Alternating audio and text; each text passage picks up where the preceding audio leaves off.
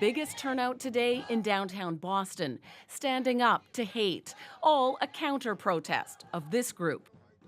A so-called free speech rally, a much smaller crowd, which included Trump supporters and white nationalists.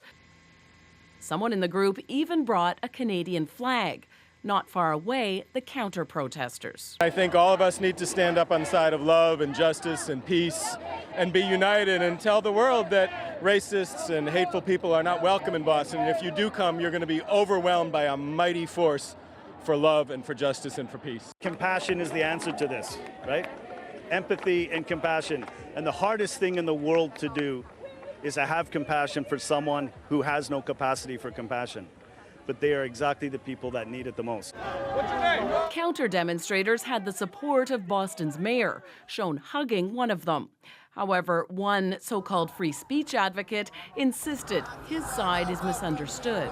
I wasn't born in this country, and I won't have anything to do with any type of hate group on either side. No KKK, and if I see any of them here, I will ask them to leave. Hundreds of police officers filled the streets, determined not to have a repeat of events in Charlottesville, Virginia last weekend. Heather Heyer was killed while counter-protesting neo-Nazis and white supremacists there.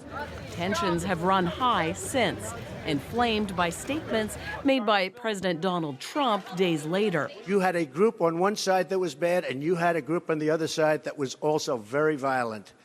And nobody wants to say that, but I'll say it right now.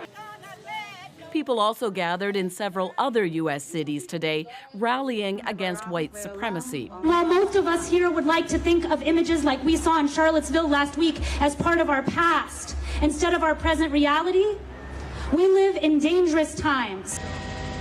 With more Confederate monuments set to come down in the United States, these types of clashes are expected to continue.